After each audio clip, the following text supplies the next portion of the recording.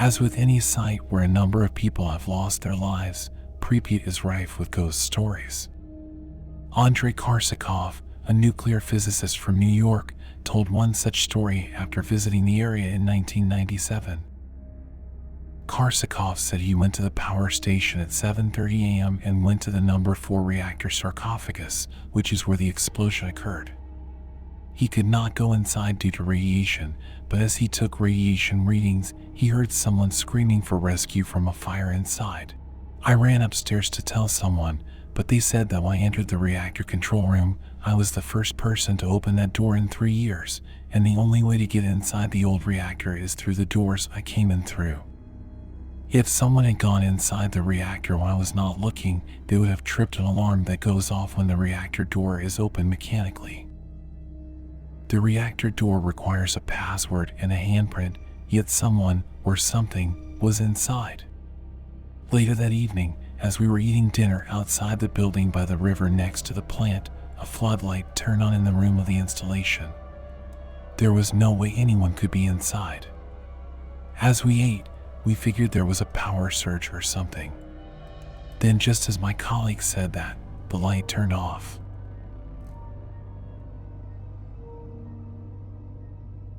Yuri, I'm a musician in taverns of Northern Europe for drinks and for the generosity of patrons.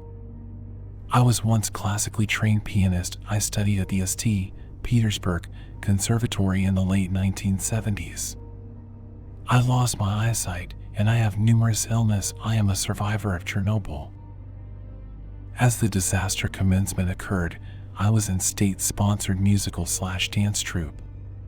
Our gathering was immediately enlisted by the government to calm village peoples in Pripyat and surrounding area.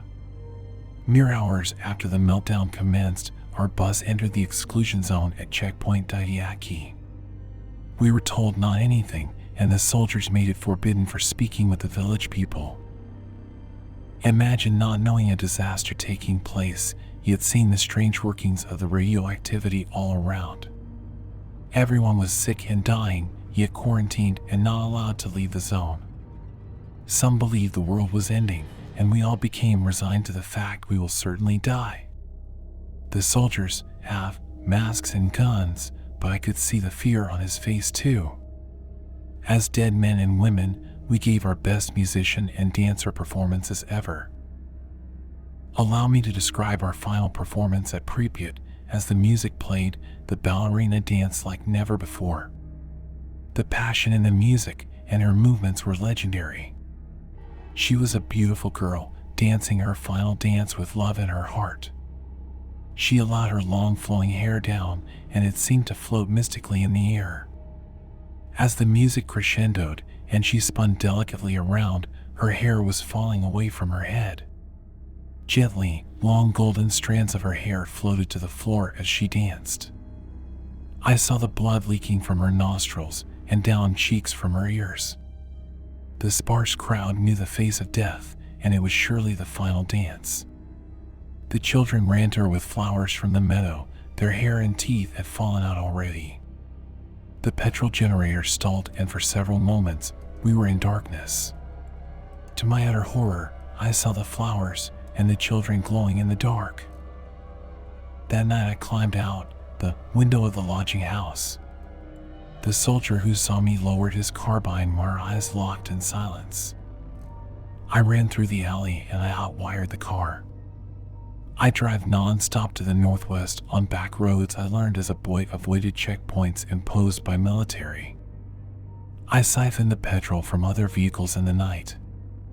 I began missing my vision during my flight, and by the time I escaped USSR, I was blind. I am only musician who lived.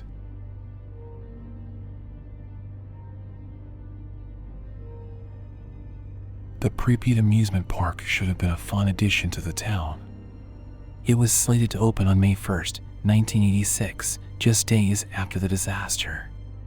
Obviously, the park would never open and has simply been left to rust. The amusement park had a Ferris wheel, bumper bars, a paratrooper attraction, and swing boats. Even though high levels of radiation still exist in the mossy areas of the park, it's a popular backdrop for ruin photographers. The park was also used as a setting in the game Call of Duty 4: Modern Warfare. It bears similarity to Six Flags New Orleans, another eerily abandoned amusement park, which has been empty since Hurricane Katrina.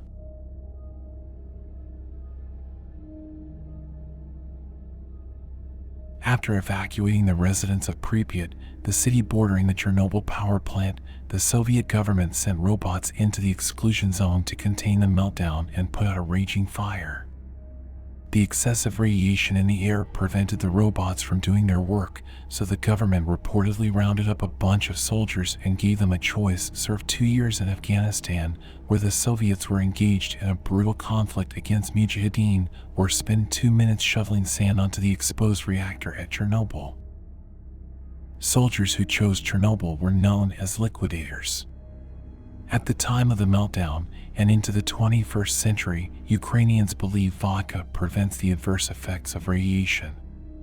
So liquidators typically took a shot of vodka and shoveled sand onto the exposed reactor for 2 minutes. Most liquidators passed or contracted an illness due to radiation poisoning.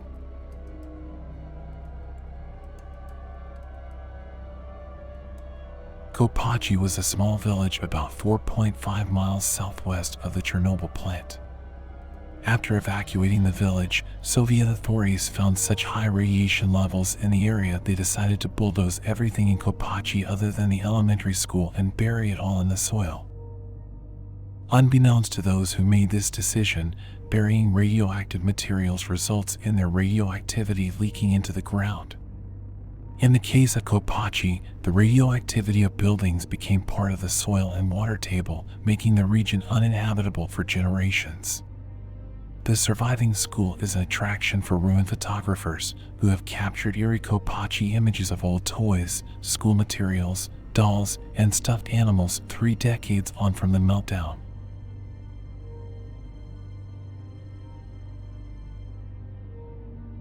Elephants are cute, so you'd think anything named after their feet would also be cute. You'd be wrong, however, as this particular euphemism refers to a flow of hot lava that will end you after 300 seconds. That's a mere 5 minutes of exposure. And not quickly either, as your life will reportedly slowly cease within 2 days. According to Kyle Hill in an article for Nautilus, this black lava was discovered by emergency responders who entered a steam corridor underneath the number 4 reactor. The crew's radiation sensors warned them to stay away. What happened was this: the radioactive particles got so hot, they melted and turned into a flow of lava, which in turn melted through the bottom of the reactor vessel and all the way down until it cooled enough to form the big glob you see above. Photos of the elephant's foot were taken via a camera on wheels. It was determined that the blob consisted mostly of concrete and other materials that the fuel melted on the way down. Still, going near it was a bad idea, and experts advise not going near it even today.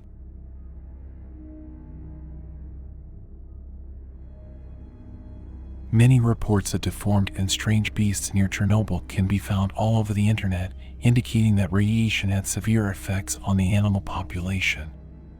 To be sure, some severe mutations were seen right after the accident.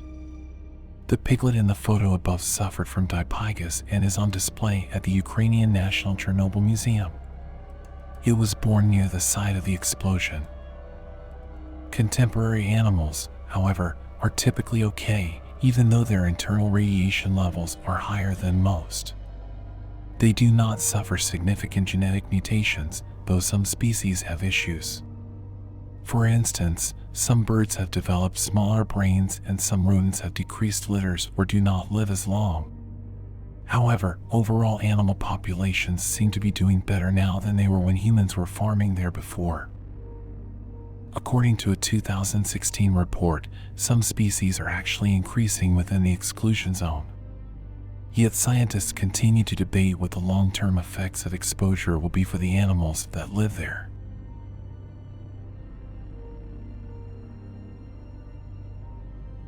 According to legend, several people began to see a large, winged creature with red eyes in early April before the Chernobyl disaster. The creature became known as the Black Bird of Chernobyl, and many have drawn parallels between this creature and America's Mothman. Both creatures were supposedly seen right before disasters. The Mothman was spotted right before the Silver Bridge collapsed in Point Pleasant, West Virginia, a tragedy that cost 46 people their lives. They're also similar in appearance, large, black, winged figures with glowing scarlet eyes. Survivors of the Chernobyl disaster reported seeing the creature flying away from the reactor. Reports of the bird stopped immediately after the disaster. Those who believed that the bird was a paranormal entity regard it as a harbinger of terrible things to come, while others believe it was merely a black stork.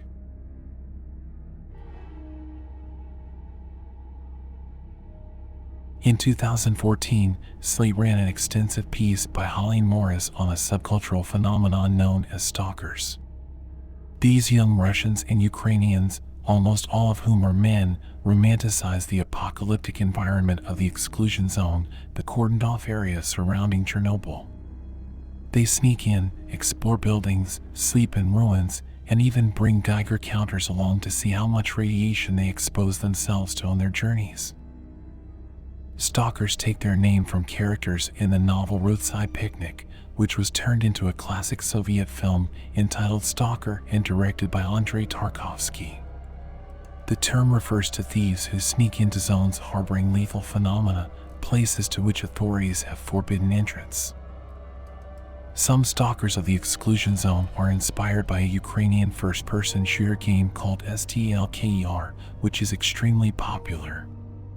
By sneaking into the zone, they can live out scenes from the game while sifting through years of frozen history. Soviet ID cards and other objects left behind are tactile evidence of a mythical world many of these young people grew up hearing about but never lived through. Stalkers court danger by eating fruit that grows in the zone while sharing tales of ancestors who lived and worked there when disaster struck. They dress in paramilitary gear and wear gas masks, balaclavas, and other such covers over their faces.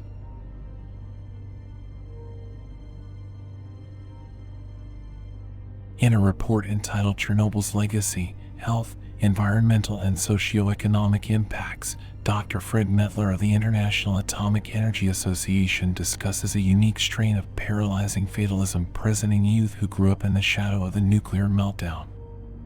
As Dr. Mettler explains, the population remains largely unsure of what the effects of radiation actually are and retain a sense of foreboding. A number of adolescents and young adults who have been exposed to modest or small amounts of radiation feel that they are somehow fatally flawed and there is no downside to using illicit drugs or having unprotected sex. It's estimated that the negative effects on mental health within the area outweigh the projected physiological effects of the meltdown.